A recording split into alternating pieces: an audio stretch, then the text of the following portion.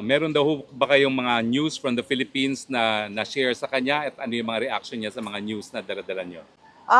Yes, nag-share ako ulit. Na-share ko na noon sa telephone call, pero shinare ko din ulit sa kanya na nanalo yung dalawang PDP laban na senator candidates, tapos yung isang guest candidate, si Marcoleta, plus dalawang guest candidate from Alianza, si Senator Camille Villar and Senator Amy Marcos. And binanggit ko din sa kanya na nandito si Senator Amy Marcos pero hindi siya pinayagan ng ICC na makabisita at makausap si dating Pangulong Rodrigo Duterte. At nabanggit ko din ulit sa kanya na nag-submit si Senator Amy Marcos ng kanyang findings sa committee hearings niya from the Senate to the Ombudsman. Ano po yung reaction ni Presidente? Unang-una, nagpasalamat siya at pangalawa, sabi niya gusto nga daw niya sana makausap si Senator Amy kaso hindi nga daw payagan. Pero sabi niya there will be another time for that. Okay. GMA? VP, bukod po dyan, 88% po ng respondents sa SWS survey ang nagsabing mahalagang harapin ninyo ang impeachment at sagutin ang mga alegasyon. Para raw malinawan ang publiko at malinis ang inyong pangalan. Ano po ang masasabi niyo sa ganitong pananaw?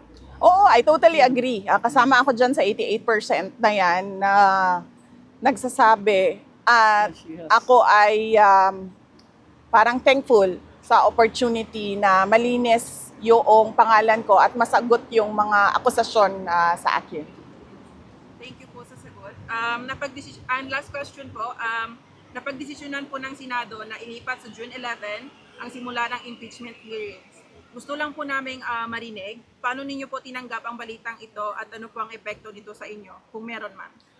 Wala naman siyang epekto sa akin, no? Nag-iisip lang ako kung ano yung epekto ng delay doon sa kaso, pero iiwan na natin yan sa mga lawyers namin, sa defense impeachment lawyers, para pag-isipan kung anong posibleng epekto nun sa kaso kung meron man. SMNI, Anton? Ma'am, tanong po ng SMNI, yung reaction niyo ma'am, any reaction po sa gusto ni BBM na makipag-reconcile sa mga Duterte? Sabi niya ayaw niya raw ng gulo. Unang-una, hindi na muna siguro ako magsalita about reconciliation dahil hindi naman mahalaga siguro ang mga personal na problema ng mga tao, no? Ang mas mahalaga is yung taong bayan at yung bayan natin. Yes, ma'am. Thank you po. Ma'am, kasama niyo po si Senator Amy Marcos. Nagkita po sila ni Attorney Kaufman.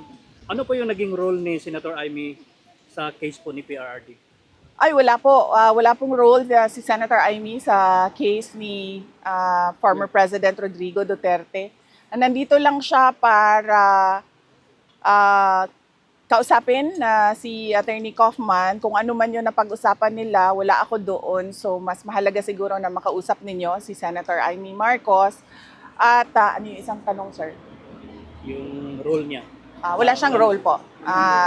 Either sa defense or doon sa ICC prosecution case, wala pong role si Senator Amy Marcos. Ito ma'am, last question na lang kasi ito kasi yung usap-usapan ngayon eh. Ewan ko lang kung pwede ito.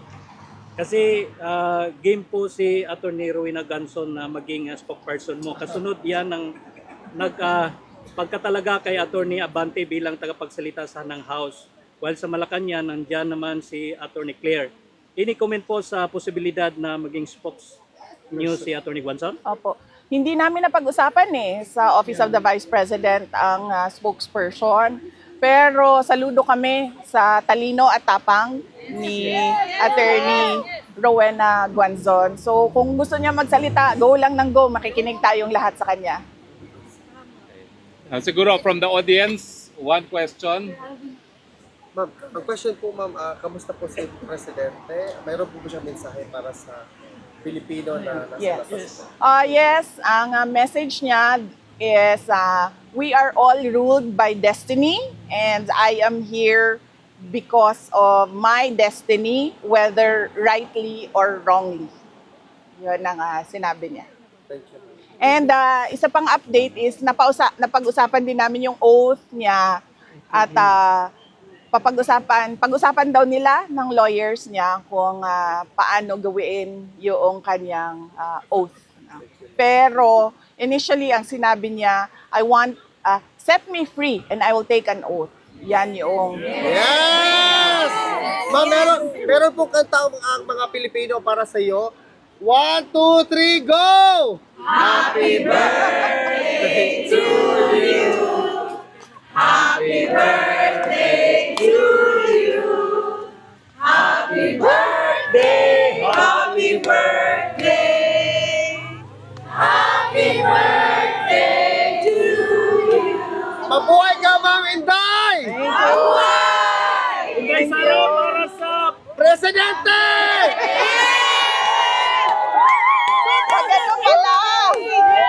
Pag birthday, Mabuhay ka, ma'am. mabait sila. Mabait talaga kayo ngayon.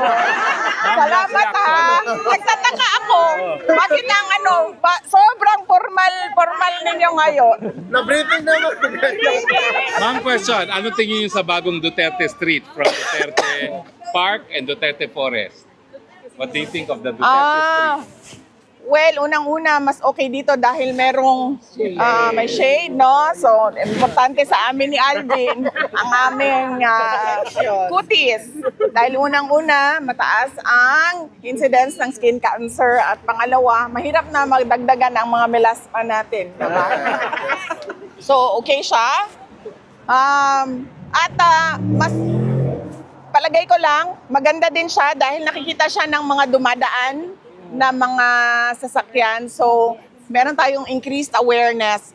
Kasi doon, konti lang ang dumadaan na sasakyan at hindi nakikita by the street yung ginagawa.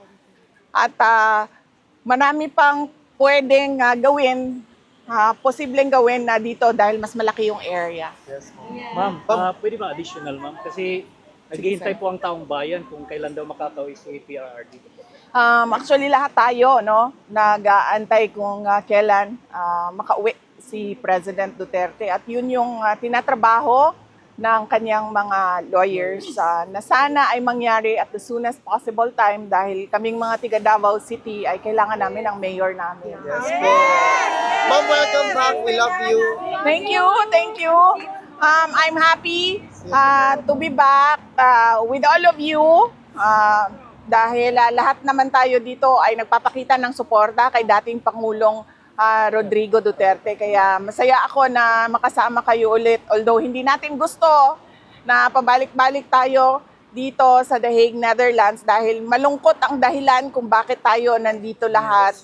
Pero masaya din ako dahil nakikita ko yung bayanihan ng Filipinos at yung pagkakaisa natin sa kagustuhan natin na ibalik si Duterte at ibalik ang tunay na pagbabago. Ma'am, mabuhay ka, ma'am. Thank you, thank you. And